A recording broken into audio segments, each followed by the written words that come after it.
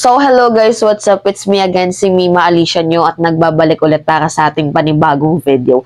So, pagpasensyahan nyo na guys yung boses natin ngayon kasi may sipon yung kabila kong ilong at ito lang yung nakakahinga as of the moment. So, pasensyahan nyo na kung medyo iba yung boses ko ngayon.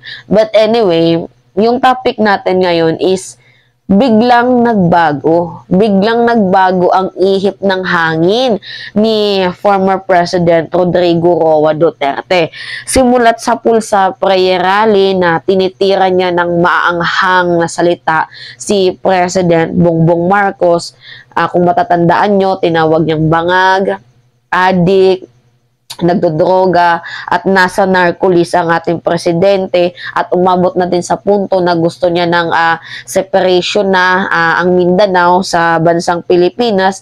Abay, nung nabasa ko tong article na to, mamaya ipa-flash ko na lang dyan, nung nabasa ko tong article na to, ako ay nagtanong, nagtaka at nagkamot.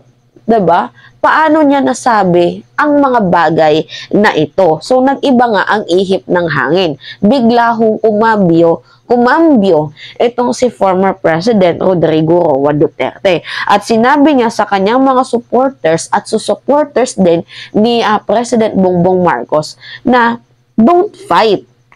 Former President Rodrigo Duterte on Tuesday advised his and President Ferdinand Marcos Jr. supporters not to fight. So, payo ho ni former President Rodrigo Roa Duterte sa kanyang mga supporters at sa supporters po ng ating mahal na Pangulo, huwag daw ho tayong mag-away-away. Abay, first and foremost, baka nalilimutan po ni former President Rodrigo Roa Duterte na kaya nagkaletse-letse ang usapin sa politika at kaya nagkaroon ng pagbuklod-buklod dahil sa kanya. 'Di ba? May kanya-kanyang supporters kayo. Si President Bongbong Marcos, may supporters.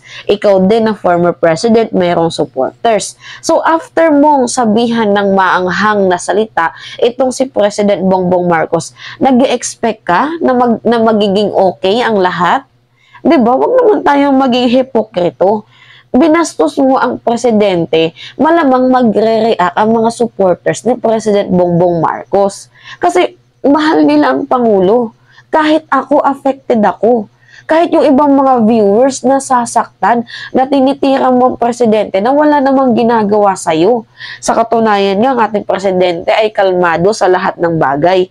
Ni nga minsan wala akong narinig na masamang tinapay na binitawan ng presidente laban sa'yo. Siguro nung nasabi niya yung issue sa fentanyl, abay galing din naman sa bunganga mo yun na ikaw yung gumagamit ng fentanyl. Pero hindi yun created stories or fabricated stories ni President Bongbong Marcos para siya yung kaawaan makakuha ng simpatya sa mga tao. Hindi katulad mo, 'di ba? Inakusahan mo na nagparehab sa Germany itong si President, bangag, adik, nasa narcolis, pero it turns out, nung lumabas ang PDEA result, wala naman pala ang pangalan ni President Bongbong Marcos sa narcolis simula nung nabuo ang kanilang ahensya. At galing na din mismo sa bibig ng Head of Dangerous Drug Board Chairman na appointee mo na si Junicio Santiago, na isang retired general, ay galing na mismo sa kanyang bibig, wala silang nakitang pangalan ni President Bongbong Marcos kahit nung senador pa siya na nasa listahan ng narcolis or nasa listahan ng PDEA. 'Di ba? The audacity para sabihin mo na maging kalmado kami na in the first place, ikaw tong hat na hat, ikaw tong away ng away, ikaw tong tira ng tira, ikaw tong birada ng birada. May prayer rally ba na pinuno at inulan ng pagmumura? Anyway, sabi pa dito, in a press briefing, Duterte said that despite his family's rift with administration, their supporters should keep their cool. So, imagine ang galing na mismo sa bunganga mo na sa gitna ng kaguluhan or sa eksenang ganap na nangyari sa pamilya ng mga Marcoses at sa pamilya mo, dapat tayong mga supporters, kaming mga supporters at supporters mo, former President Rodrigo Roa Duterte, ay maging kalmado. So, in the first place, paano kami magiging kalmado? Ikaw yung nagsimula ng gulo. 'Di ba?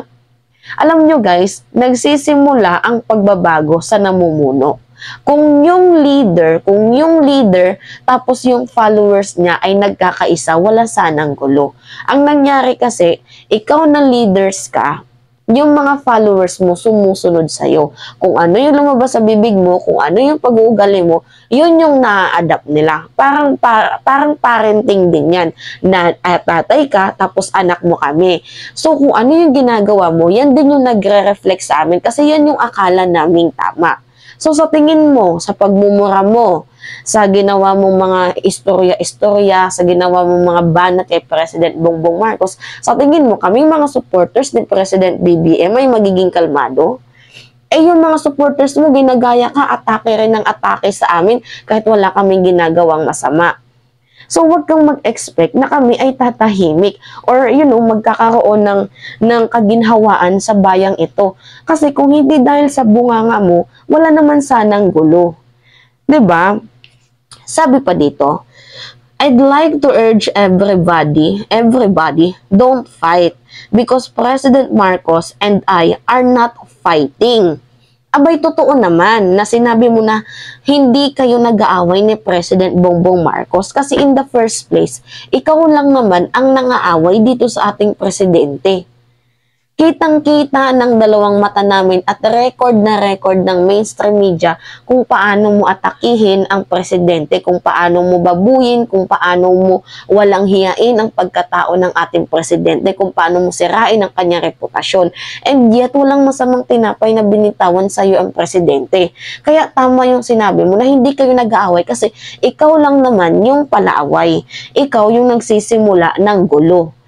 Kasi kung hindi ka naman nagbunga nga sa prayer rally mo na hindi ko matawag kung prayer rally ba yun or something else. 'Di ba nakakahiya prayer rally tapos ang nangyari inulan ng pagmumura, inulan ng discussion na hindi maganda ng mga negativity.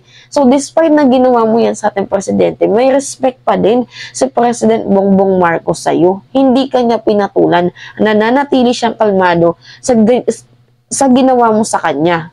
Hindi kanya tinapunan ng masamang tinapay kahit ang daming masasamang salita, kahit sa asawa niya tinira mo na never ever kanyang pinatulan. At coming from the horse's mouth, galing na mismo sa bunganga mo na ikaw ay gumagamit ng fentanyl. So baka nga ang isip ng ating presidente, siguro epekto na yan ng fentanyl sa pag-uutak mo. Kaya nga dapat dalhin mo na lang ang sarili mo, magkusa ka na lang na pumunta dito sa mental. Ipa-check up mo yung sarili mo, former president, nakakaawa ka na. Anyway, sabi pa dito, I was just telling him not to push through with charter change. If he doesn't go through with it, then happy days are here again, sabi ni former President Rodrigo Roa Duterte. Dapat ang tanong dito, di ba ikaw yung nagsimula ng charter change? Di ba pinush mo ang charter change? Hindi nga lang naisakatuparan dahil hinarang ng Senado. Gayon na pinupush ni President Bongbong Marcos itong charter change, abay galit na galit ka. For what reason? Sinunod lamang ho ni President Bongbong Marcos ang sinimulan mo. Kasi alam ni President na makakabuti ito kung ang ating 1987 Constitution ay bulok na at pabor sa mga oligarko, abay dapat na itong palitan. 'Di ba? Pasensya na medyo guys yung yung ilong ko. Kasi meron talaga akong sipon pero pinilit ko na lang mag-vlog para maging updated tayong lahat. So baka mga maya-maya, siguro last vlog ko na lang ata itong ngayong araw na to and pahinga muna ako. Kasi dapat every Monday, dapat pahinga ko sana yan. Pero sabi ko, mag-content ako ng 1 or 2 contents per day na lang. So, instead na itambay ko yung Monday tapos mag-cellphone lang ako, ay gusto kong makipagtalaktakan sa inyo at magkaroon ulit tayo ng communication. Anyway, going back sa ating topic, there's nothing wrong naman if i-revise natin ang ating 1987 Constitution. Kung malinaw naman na pinag-uusapan dito is yung economic provision. Wala kang dapat ipangamba about sa length and term ng isang halal na na tao kasi ang papakalaman dito is yung economic provision. There's nothing wrong kung baguhin ang 1987 Constitution, lalo pat ito ay matanda na at hindi na kayang sumabay sa napapanahong makabagong teknolohiya na. So, in order na magkaroon ng madaming trabaho, opportunity sa bansang Pilipinas, we need an investor. So, sino mag-i-invest sa bansang Pilipinas kung nakalagay sa ating 1987 Constitution sa economic provision na economic restriction, na 60-40 ang hatian. So, lugi naman ang mag-i-invest dito sa bansang Pilipinas kung ang hatian ay 60-40. Nagigets nyo ba yung point ko, guys? Anyway, sabi pa dito, kasi mahabang usapin yung charter change na yan. Pero, if kaya ko mamaya na mawala tong sipon ko na to, yan, tumutulo pa yung sipon ko, siguro ipapaliwanag ko sa inyo kung ano yung napapaloob sa charter change. So, sabi pa dito, kasi may hearing mamaya, guys. Hearing mamaya sa Senado na papangunahan ni Sani Angara. So, sabi pa dito, wait lang. Sa 6 pa pala yun, guys. Sa 6 pa pala. Tinignan ko dito. Sabi pa dito, Duterte made the call after he had publicly accused Marcos of being cocaine addict during a prayer rally in Davao City on January 28. So, the former president admitted through that the relationship between Marcos and his daughter, Vice President Sara Duterte, may have been affected by his pronouncement. Talagang magiging apektado naman ho. Dahil, una, nasaktan ako. Mga supporters ni President Bongbong Marcos nasaktan sa binitawan na pananalita mo. Talagang magkakaroon ng big impact sa dalawang tao na yan. Talagang magkakaroon ng malaking apekto yung ginawa mo. So, dapat think before you speak. Dapat ganun. Naging mahinahon ka muna. Naging cool ka muna. Kung hindi mo gusto ang People's Initiative, mas lalong hindi yan gusto ng ating Pangulo.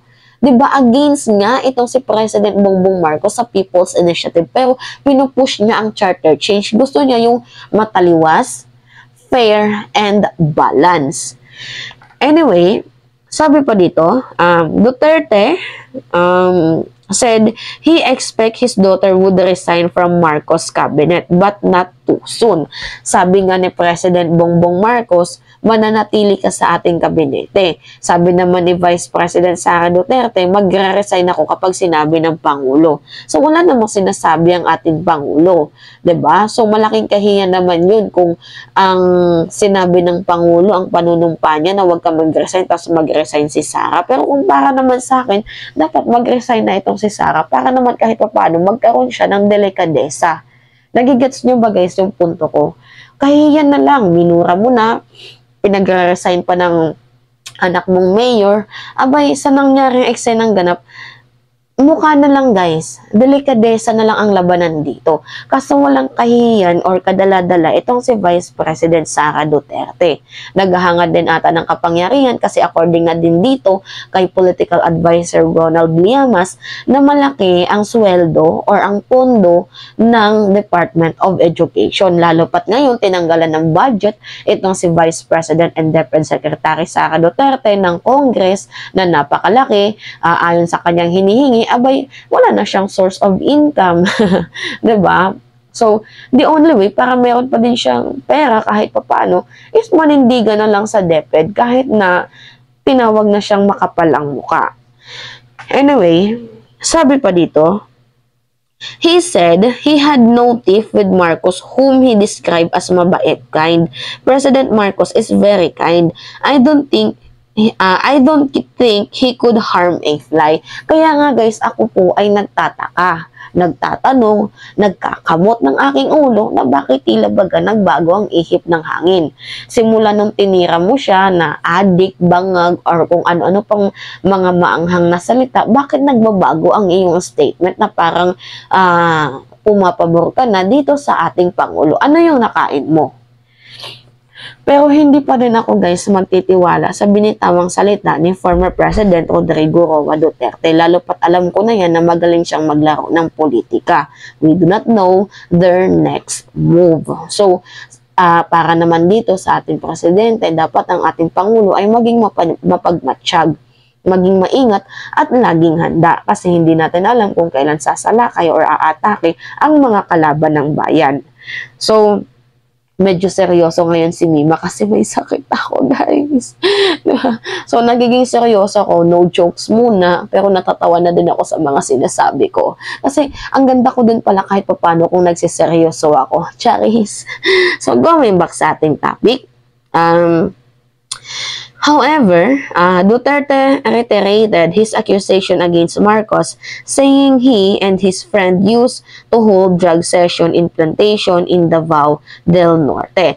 The former President Duterte rued how the incumbent president was being used by the people around him, particularly his wife and his cousin. I think hindi naman kinokontrol ni First Lady Liza Araneta Marcos itong si President Bongbong Marcos.